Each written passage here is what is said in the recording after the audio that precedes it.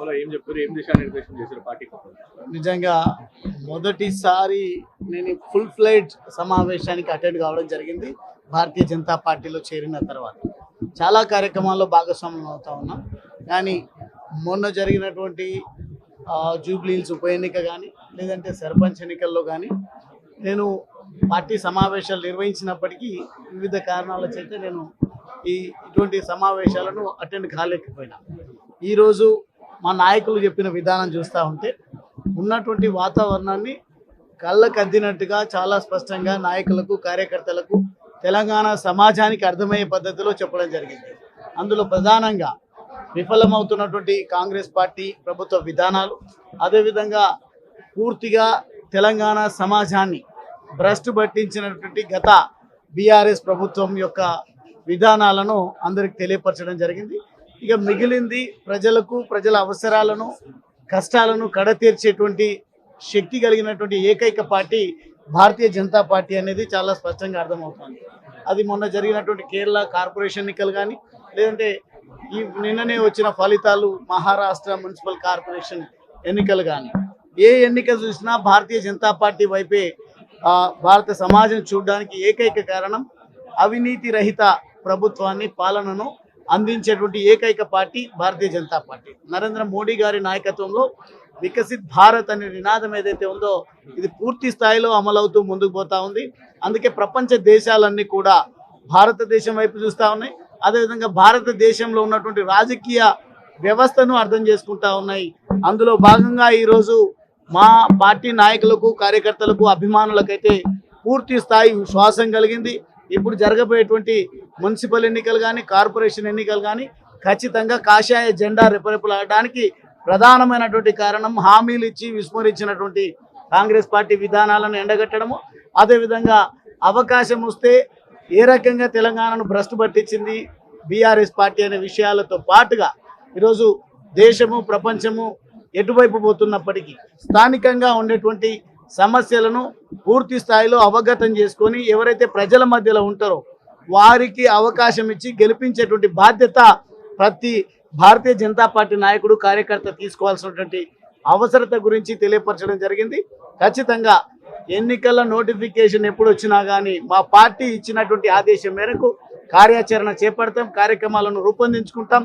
ఖచ్చితంగా Bharatiya Janata party municipal ఎన్నికల్లో corporation ఎన్నికల్లో విజయ డంకా మోగించి ప్రత్యామ్నాయ పార్టీగా మేము అవతరిస్తామనేది మాత్రం నాకు విశ్వాసం కలిగింది. ఖచ్చితంగా ఈ పార్టీ ఆదేశాల మేరకు ఈ ఎన్నికల్లో ఖచ్చితంగా ఒళ్ళొంచి పనిచేయడం కోసం నిబద్ధతతో పనిచేయడం కోసం నిబద్ధత కలిగినటువంటి నాయకులను కార్యకర్తలను లీడర్లుగా తీర్చిదిద్దడం కోసం మా వంతుగా ప్రయత్నం చేస్తామని ఈ సందర్భంగా తెలియజేస్తాం. కల్వకుంట్ల కవిత గారు పార్టీ పెట్టబోతున్నారు సమాచారం. ఒకవేళ వారు పార్టీ పెట్టి ఒకవేళ పోటీ చేస్తే బీజేపీ పార్టీకి ఏమైనా ఎఫెక్ట్ ఉండదు? అంటే కాంగ్రెస్ పార్టీ నమ్మరంటారు, బీఆర్ఎస్ పార్టీ నమ్మరంటారు కాబట్టి సో కవిత ఏమైనా ఇంపాక్ట్ చూపిస్తారంటారా? ఒకవైపు అఖండ భారత్ నిర్మాణం దిశగా భారతదేశం వెళ్తా ఉంటే మరో పక్క ప్రాంతీయ పార్టీలు వైఫల్యం చెందుతా ఉంటే ప్రాంతీయ పార్టీల అవసరతనే లేదు అని సమాజం గుర్తించినప్పుడు కవిత గారు కాదు కదా, మళ్ళీ రేవంత్ రెడ్డి ఎట్లాగూ కాంగ్రెస్ పార్టీని భ్రష్టు పట్టిస్తూ ఉన్నారు కాబట్టి రేవంత్ రెడ్డి వచ్చి అక్రమంగా సంపాదించిన సంపాదనతో ప్రాంతీయ పార్టీ ఏర్పాటు చేసిన వారి డిపాజిట్లు గల్లంతైతే అదేవిధంగా వారి రాజకీయ భవిష్యత్తు అంధకారం అవుతుంది తప్ప కవిత గారు ఇంకొకరు పార్టీల నిర్మాణం వల్ల పెద్దగా ప్రజలకు ఒరిగేది ఏం లేదు. ఈరోజు భారతీయ జనతా పార్టీ ఏకైక పార్టీ ఈరోజు ఈ తెలంగాణ సమాజానికి భారత సమాజానికి శ్రీరామ రక్షగా ఉంటుంది కాబట్టి ఈరోజు ప్రతి నోటి నుండి కూడా జై శ్రీరామ్ జై హనుమాన్ అనే నినాదం వస్తూ ఉంది. ఈ దిశగా తెలంగాణ భారతదేశం అంతా కూడా ఏ రకంగా అయితే మన దేశభక్తి దైవభక్తి ఉందో దాన్ని చాటుతూ అది ఎన్నికలు కానీ లేదంటే ఇతర సందర్భాల్లో కానీ ఈ కనెక్షన్లను పెంచుకుంటూ ముందుకు పోయి ఐక్యతను చాటే విధంగా మాత్రమే రాజకీయాలు ఉంటాయనేది నాకు విశ్వాసం కలుగుతుంది. స్థానిక సంస్థల్లో అంతంత మాత్రాన్ని ప్రభావం చూపిన బీజేపీ పార్టీ మున్సిపల్ కార్పొరేషన్ ఎన్నికల్లో ఏ రకంగా ఉండబోతుంది? అవకాశం ఉందా మేయర్ పీఠం దక్కించుకునే అవకాశం? వాస్తవంగా నిజంగా ఒక రకంగా చెప్తే నేను భారతీయ జనతా పార్టీకి కొత్తగా వచ్చిన మా పార్టీ ఇచ్చినటువంటి నినాదం డబుల్ ఇంజన్ సర్కార్ కాబట్టి దేశంలో భారతీయ జనతా పార్టీ రాజ్యం వెళ్తా ఉంది. దేశంలో ఉన్నటువంటి 20 పైచిలకు రాష్ట్రాలలో కూడా భారతీయ జనతా పార్టీ పాలన కొనసాగిస్తూ ఉంది. కాబట్టి ఈ రోజు నిజంగా ఇవ్వాల్సినటువంటి నినాదం ట్రిపుల్ ఇంజిన్ సర్కార్. ఏదైతే గ్రామ పాలన లేదంటే మున్సిపల్ పాలన స్థానిక పాలన విషయంలో కూడా మా నాయకులు కార్యకర్తలు దృష్టి కేంద్రీకరించినప్పుడు ఏ ఒక్క పార్టీ అవసరం కూడా లేదు.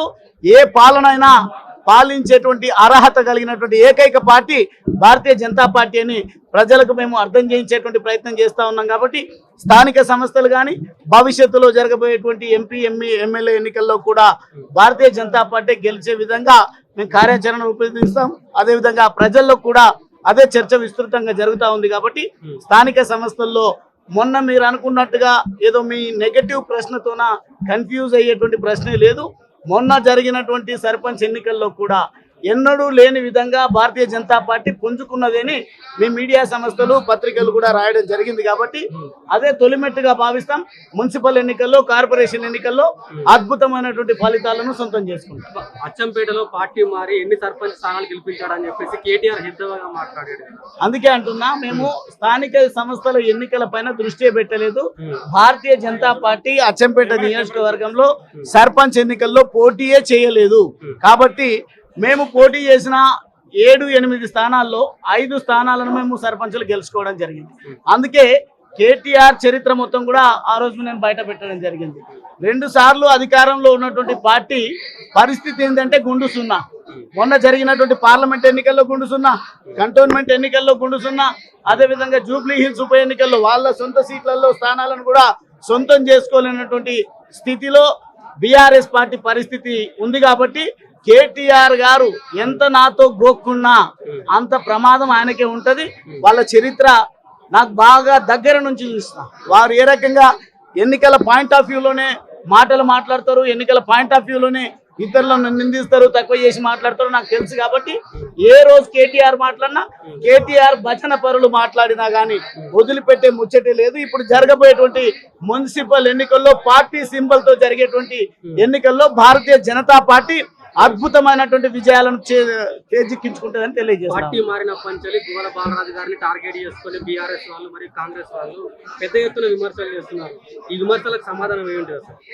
ఈరోజు ధర్మం వైపు వచ్చినాను కాబట్టి, సెక్యులరిజం పేరిట వ్యవస్థను భ్రష్టు పట్టిస్తున్నారు కాబట్టి, నిజమైనటువంటి హిందూ సమాజానికి దెబ్బ తగులుతా ఉంది. కాబట్టి మొన్న జరిగినటువంటి పురాణాపూల్ మైసమ్మ దేవాలయంలో కూడా హిందూ దేవాలయాల పైన దాడులు జరుగుతూ ఉన్నాయి. కాబట్టి నేను పుట్టిందే హిందూ కుటుంబంలో, కాబట్టి నా సంస్కృతి సాంప్రదాయాన్ని పరిరక్షిస్తున్నటువంటి ఏకైక పార్టీ భారతీయ జనతా పార్టీ అని నేను నమ్మిపోతున్నటువంటి ఈ సందర్భంలో కావాలని నా పైన అటాక్ చేసే ప్రయత్నం, నా పైన విమర్శలు చేసే ప్రయత్నం చేస్తున్నారంటేనే గువ్వల బాలరాజు అంటేనే వాళ్ళకు గుండె దడ అంటుంది.